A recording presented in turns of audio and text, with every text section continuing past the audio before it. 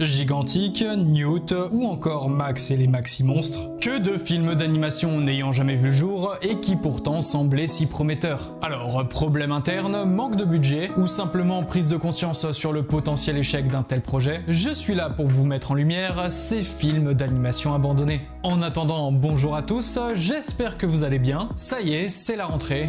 Le temps passe vite. Bonne rentrée pour les élèves et étudiants, et pour les autres, bon retour de vacances j'imagine. D'ailleurs, maintenant que vous êtes revenus et que j'ai votre attention, allez regarder mes 2 dernières vidéos, elles en ont cruellement besoin. Quelle idée j'ai eu de les sortir au mois d'août moi aussi. Bienvenue aux nouveaux sur la chaîne, n'hésitez pas à vous abonner si le monde de l'animation vous plaît. Vous pouvez également liker, partager et commenter comme d'habitude. Mais avant de nous lancer dans le sujet de cette vidéo, laissez-moi vous présenter le partenaire du jour que vous connaissez très bien. Et ça tombe bien que je parle d'eux pour cette rentrée, car je suis sûr que leurs services peuvent en intéresser certains. Il s'agit de mes amis Odoo, et je vous en parle maintenant.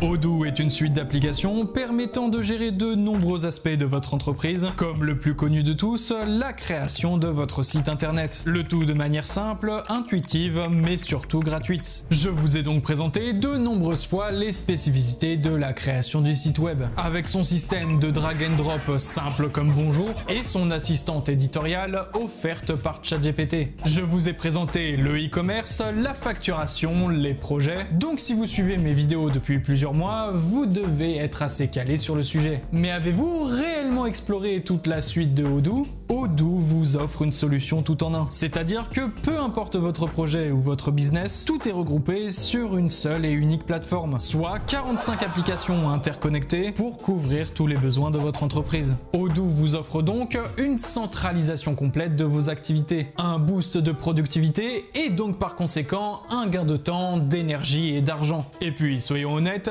quel enfer de devoir souscrire à plusieurs logiciels différents, en payant plus ou moins cher alors que tout est disponible sous nos yeux. Que vous soyez à votre compte ou que vous représentiez une grande société, Odoo est simple d'utilisation et s'adapte facilement à vos besoins. On peut commencer avec qu'une seule application et en ajouter d'autres en cours de route. Vous le savez, la première application est gratuite à vie avec l'hébergement et le support inclus en illimité. À partir de 2 applications distinctes, vous passez à un plan payant avec accès à l'ensemble des applications à partir de 19,90 € par mois. Alors n'attendez plus et cliquez sur mon lien dans la première ligne de description et dans le commentaire épinglé de cette vidéo. Merci à Odoo pour leur soutien depuis plus d'1 an et sur ce, bonne vidéo à tous. Vous l'avez vu au titre, on va parler ici des films d'animation annulés ou abandonnés. Sujet que je vous ai proposé dans ma dernière vidéo et qui vous donnait pas mal envie. Ça tombe bien, moi aussi, alors ne perdons pas une minute de plus. Chers amis, plongeons-nous tous ensemble dans les vieux cartons de nos studios préférés avec les films d'animation abandonnés. Générique.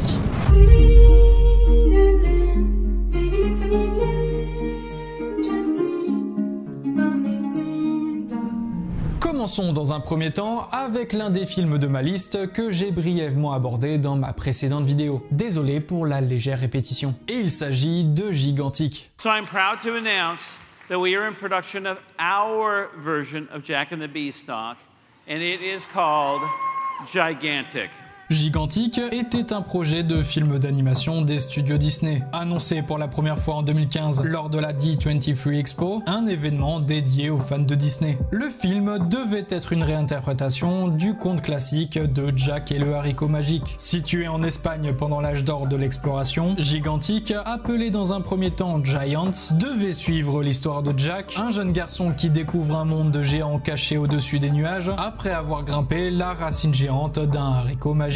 Jack se lie d'amitié avec Inma, une petite fille géante mesurant près de 20 mètres de haut. Ça fait beaucoup de fois le mot géant, désolé. Vous aurez remarqué comme une forte similitude avec le scénario du chapeauté sorti en 2011. Mais bien que DreamWorks ait toujours à cœur de parodier les contes populaires, notamment de par sa licence Shrek, Disney a voulu cette fois-ci exploiter cette histoire de manière sérieuse et assumée pour son potentiel futur classique d'animation. Gigantic, annoncé par John Lasseter, encore directeur créatif exclusive des studios Disney Pixar en 2015, devait être réalisé par Nathan Greno, un réalisateur, scénariste et animateur, l'homme derrière le scénario de Frères des Ours ou Volt, mais surtout derrière la réalisation de Réponse sortie en 2010, le film ayant marqué le nouvel âge d'or de Disney de par sa patte graphique 3D encore d'actualité aujourd'hui. De plus, il était également prévu que le film contienne une bande originale composée par Kristen Anderson Lopez et Robert Lopez, le duo derrière le succès de La Reine des Neiges. Quand le film a été annoncé au public, il était prévu pour une sortie courant Noël 2018, le créneau le plus important de l'année. Mais dans la foulée a également été annoncée la suite des mondes de Ralph,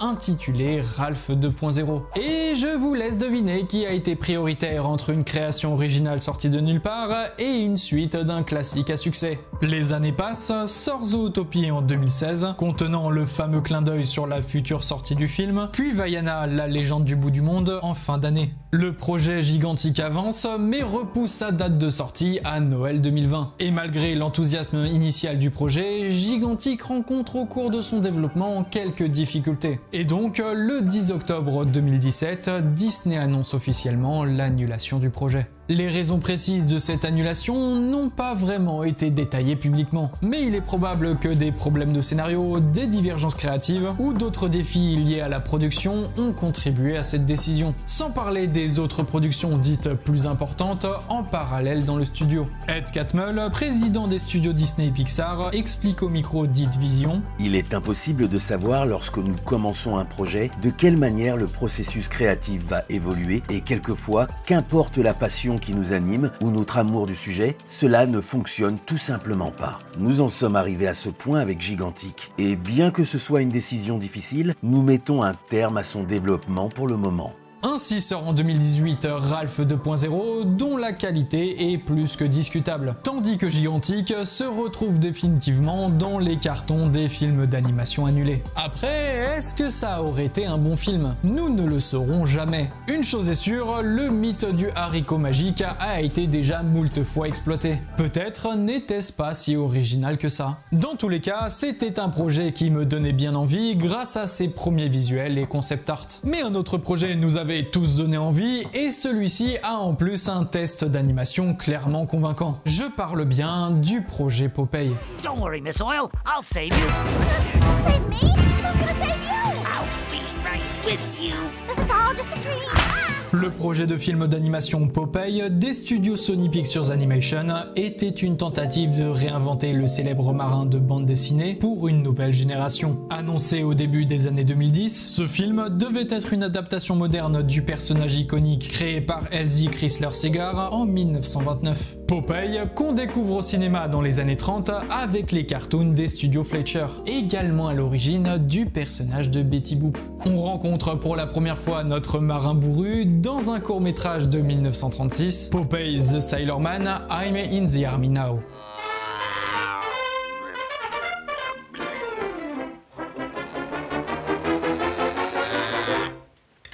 Début des années 2010 donc, Sony Pictures Animation, ayant fait ses preuves avec Tempête de boulettes géantes ou encore Hôtel Transylvanie, décide de se lancer dans l'adaptation de ce personnage pour un film d'animation 3D. Le studio confie la réalisation du projet Popeye à Genndy Tartakovsky, un réalisateur bien connu pour son travail sur des séries animées populaires telles que les Super Nana, Samurai Jack ou encore Clone Wars, mais surtout sur les films Hôtel Transylvanie. Tartakovsky était particulièrement enthousiaste à l'idée de travailler sur Popeye, un personnage qu'il aimait depuis son enfance. Faudrait vraiment que je fasse un jour une vidéo sur cet homme et sur son implication dans le monde de l'animation. Il a beaucoup trop apporté pour que je le laisse de côté. En 2014, Sony Pictures Animation a publié une séquence de tests animés montrant une version actualisée de Popeye et Olive Oyl, utilisant l'animation en images de synthèse tout en restant fidèle au style original des cartoons des années 30. La séquence a été bien accueillie par les fans et la critique, faisant facilement le parallèle avec le style d'animation très exagéré de la licence Hôtel Transylvanie. Et puis pour un test, la qualité est vraiment folle.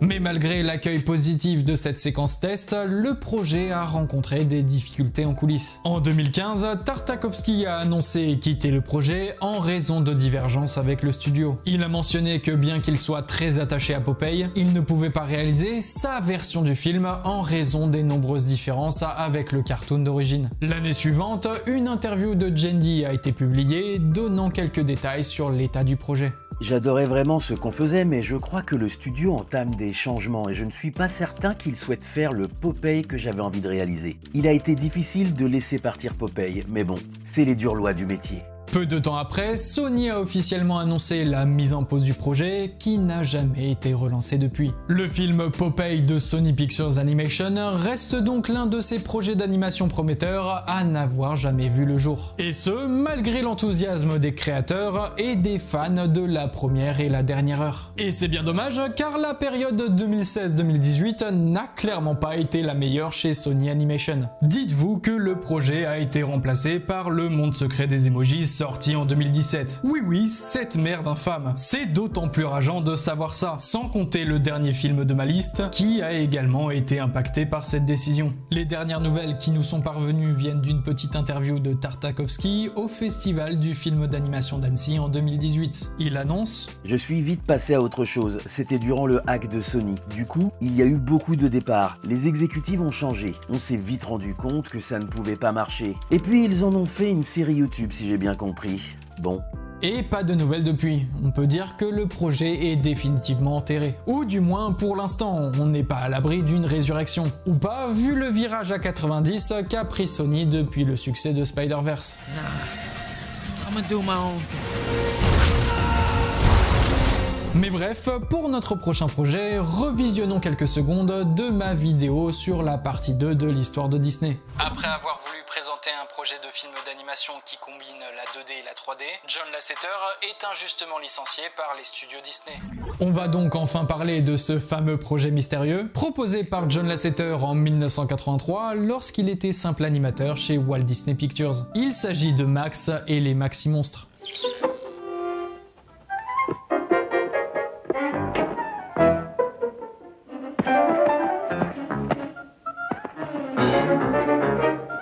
Basé sur le célèbre livre pour enfants de Maurice Sendak publié en 1963, le projet de film d'animation Max et les Maxi-Monstres, ou Where the Wild Things Are, dans sa version originale, initié par John Lasseter, est un cas particulièrement intéressant pour l'histoire du cinéma d'animation occidental. Et pour ça, un peu de contexte. Je vous l'ai montré dans l'extrait vidéo de l'histoire de Disney partie 2, mais John Lasseter travaillait comme animateur en compagnie de son ami Tim Burton sur le long métrage Rox et Rookie en 81. C'est cette même année qu'il découvre Émerveillé, le tout premier film comportant des images de synthèse réalisées à l'aide d'un ordinateur, Tron. Complètement amoureux de cette nouvelle technologie, il effectua ses recherches de son côté, afin de prouver que le secteur de l'animation pouvait tout aussi bien bénéficier de cette technique. Ça tombe bien, il avait une idée de projet en tête. Lasseter était un grand admirateur du livre de Maurice Sendak et voyait dans son histoire une opportunité unique de créer un film d'animation qui pourrait capturer la magie et l'imagination du livre, rappelant quelque part l'histoire de Peter Pan de Disney dans certains aspects. Concernant le synopsis, on suit l'histoire de Max, un garçon turbulent s'inventant plein d'histoires. Après une dispute avec sa mère, il s'enfuit de chez lui et rejoint le fameux royaume des Maxi-Monstres, une tribu étrange de monstres géants se cherchant désespérément un nouveau roi. L'idée était de combiner l'animation traditionnelle avec les toutes premières techniques d'animation par ordinateur, ce qui était une sacrée innovation à l'époque. On n'est donc pas sur un projet full imagerie de synthèse, histoire de ne pas trop faire paniquer Disney, qui, je le rappelle, commença quelque peu exploiter cette technique qu'en 1990 avec Bernard et Bianca au pays des kangourous. Lasseter présente donc son petit test d'animation Max et les Maxi-Monstres auprès de la direction de Walt Disney Pictures. Un test en animation 2D dessinée basée sur une structure 3D.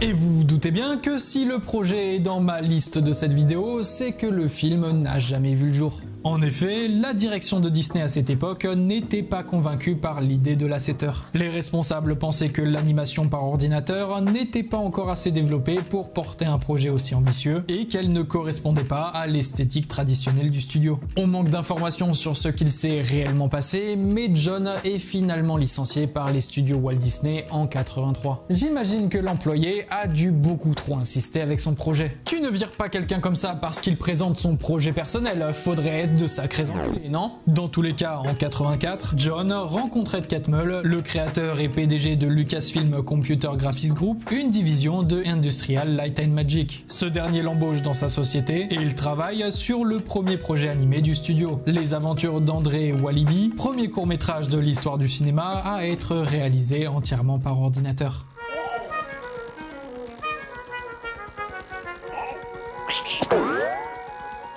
Je vous l'ai déjà raconté plusieurs fois, mais Computer Graphics Group devint Pixar en 86 et John prit la tête du studio en devenant directeur artistique. Il sort Toy Story en 95, révolution dans le monde de l'animation, blablabla, on connaît. Mais qu'en est-il de son propre projet Max et les Maxi-Monstres? Bien que le projet de l'assetteur n'ait jamais vu le jour, l'idée d'adapter Max et les Maxi-Monstres ne s'est pas éteinte. En 2009, un film mêlant prise de vue réelle et images de synthèse, réalisé par Spike Jonze, est finalement sorti via la Warner Bros.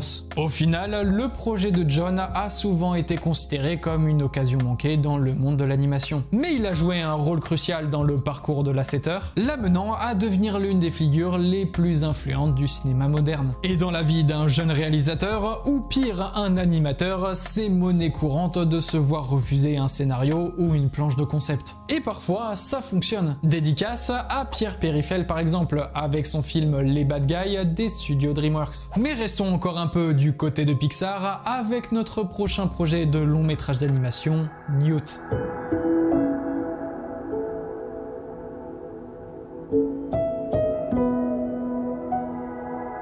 Newt était un projet de film d'animation développé par Pixar Animation Studios, annoncé pour la première fois en avril 2008 et prévu pour une sortie à l'été 2011. Le film devait être réalisé par Gary Ridstrom, un designer sonore expérimenté chez Pixar, connu notamment pour son travail sur le court-métrage Extraterrien, à l'époque nominé aux Oscars.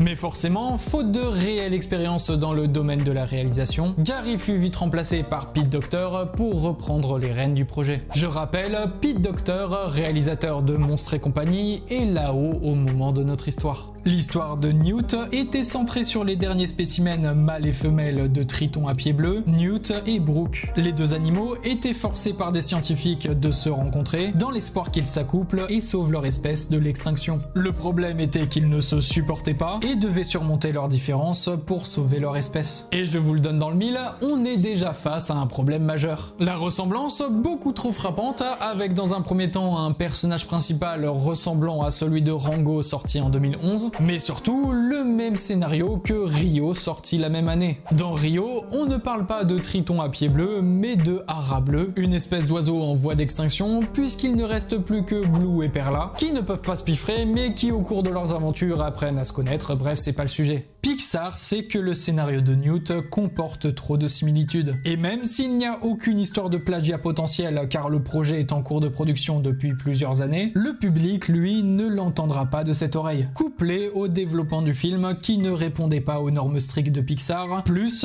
une certaine priorité mise par Pete Docter dans son projet très personnel, qui découlera par la suite à la sortie de Vice Versa en 2015, le film Newt a tout simplement été annulé. En 2010, Pixar a officiellement annoncé l'annulation du projet. Bien que les raisons exactes n'aient pas été entièrement dévoilées, il a été largement rapporté que des divergences au niveau du scénario et de la direction artistique ont été au cœur de la décision. Mais avec le recul aujourd'hui, c'est surtout dû à la trop grosse ressemblance avec Rio, c'est assez évident. Après l'annulation de Newt, Gary Ridstrom, qui s'était retrouvé évincé de la production, a continué à travailler sur d'autres projets chez Pixar. Certaines idées et concepts visuels du film ont été réutilisés ou ont inspiré inspiré d'autres films du studio, comme les thèmes de la biodiversité et de l'extinction dans Le Voyage d'Arlo, dont on voit une apparition fugace d'un triton dans un des plans. Petit clin d'œil apprécié. Et d'ailleurs, en parlant de détails cachés, Pixar, ayant l'habitude de teaser ses prochaines sorties, avait caché ce même triton via le panneau australien Newt Xing accroché au mur de la chambre d'Andy dans Toy Story 3. Mais également, en hommage à ce petit amphibien, on le voit dans Rebelle sorti en 2012 avec la sorcière dans sa cabane. Newt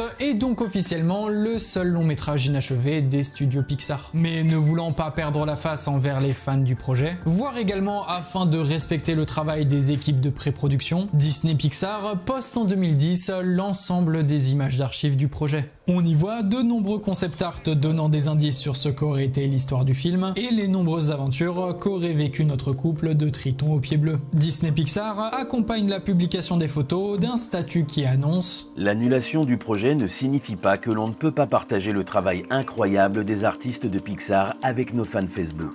Peut-être était-ce pour le mieux que Newt soit annulé. Mieux vaut une décision ferme plutôt qu'une potentielle polémique autour du film, due à une trop grosse ressemblance avec la concurrence. Et quelque part, cette histoire est un bon moyen de contrer les critiques récentes envers le studio Pixar par rapport à ses sorties de suites à succès. Même début 2010, Pixar préférait jouer la sécurité avec des suites telles que Toy Story 3 ou encore Cars 2 plutôt que le risque avec Newt. Parfois, un sacrifice est nécessaire pour le bon fonctionnement d'un studio. Mais est-ce que ce jugement est tout aussi justifié avec le dernier projet de la liste? On va voir ça tout de suite avec Medusa.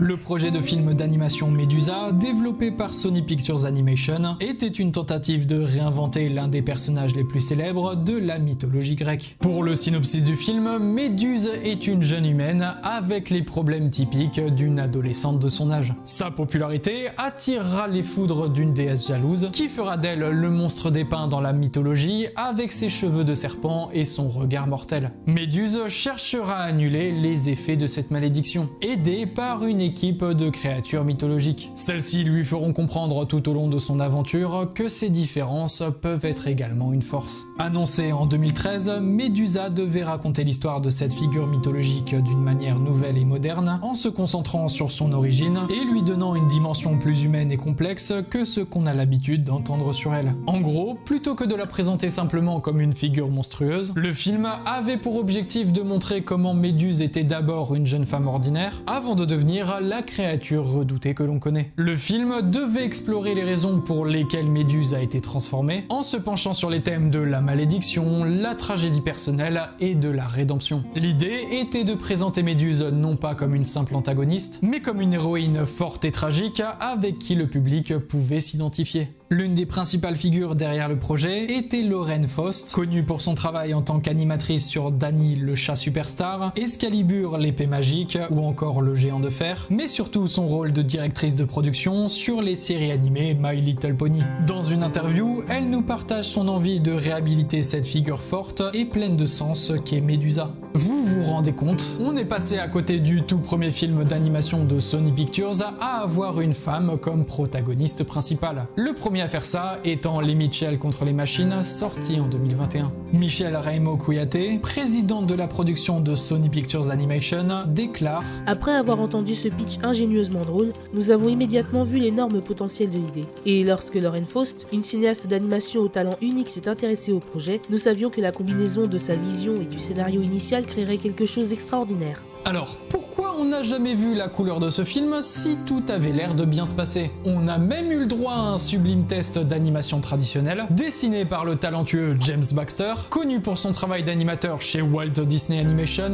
puis chez DreamWorks Animation, avant de rejoindre récemment Netflix. Test dont vous avez vu l'extrait tout à l'heure. Malgré un concept prometteur et une équipe talentueuse, Medusa a rencontré des difficultés au cours de son développement. 2 ans plus tard, en novembre 2015, Lauren Faust a annoncé qu'elle n'était plus en contact avec le projet ni avec Sony Pictures Animation. J'ai beaucoup apprécié mon passage chez Sony Pictures Animation et j'étais extrêmement enthousiaste quant au progrès réalisé par notre formidable équipe sur Medusa. Mais comme cela arrive dans de nombreux studios avec autant de projets, nous avons finalement rencontré des différences créatives sur la direction du projet. Je ne sais pas si Medusa a été mis de côté, mais je ne travaille plus dessus ou chez Sony. Le projet n'a pas été abandonné pour autant, se passant de main à main sous le soutien de la présidente de production de Sony Pictures Animation qui désirait vraiment que le projet puisse aboutir et cherchait activement un nouveau réalisateur. Ce qui a été le cas, c'est Robert Rugan qui reprend les rênes en 2017. Mais après 2 ans à patiner avec une production difficile, Sony Pictures annonce l'annulation définitive de Medusa.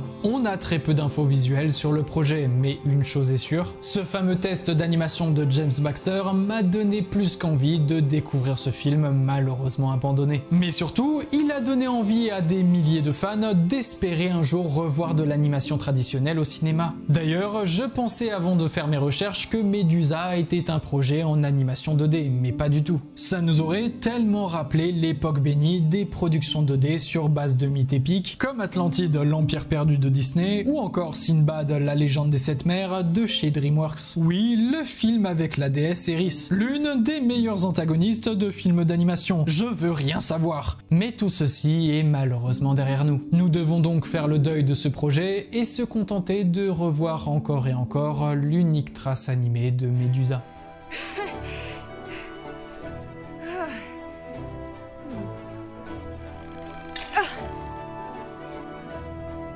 Voilà les amis, c'est la fin de cette vidéo, j'espère qu'elle vous aura plu. Je trouve que c'est un sujet important pour la bonne compréhension du mode de fonctionnement d'un studio d'animation. Certains films sont destinés à ne jamais sortir, conduisant pour la plupart à des événements bien plus importants. Ça fait partie de la dure réalité de l'industrie du cinéma, et ça a été mon rôle durant cette vidéo de mettre la lumière sur ces projets abandonnés. Dites-moi d'ailleurs lequel vous avez préféré. Moi personnellement, c'est clairement Medusa. Et je tenais à remercier Cyril de la chaîne YouTube Secret de Monteur Pro ainsi que Miss Kurosawa pour leur voix gentiment prêtée à certains passages de la vidéo. Je vous mets leur lien dans la description pour aller checker leur travail. Bref, une chose est sûre, je prévois un épisode 2. Vous ne croyez quand même pas que je vais citer tous les films annulés en une seule vidéo. Je me permets même de spoiler un peu. On aura du Chanteclair, The Shadowmaker, Wildlife et enfin mon préféré, Me and My Shadow. N'hésitez pas d'ailleurs à m'en proposer si vous en connaissez. Mais pour découvrir cette vidéo lors de sa sortie, il faut bien évidemment vous abonner à cette chaîne. Je rappelle mon désir d'atteindre les 50 000 abonnés avant la fin de l'année.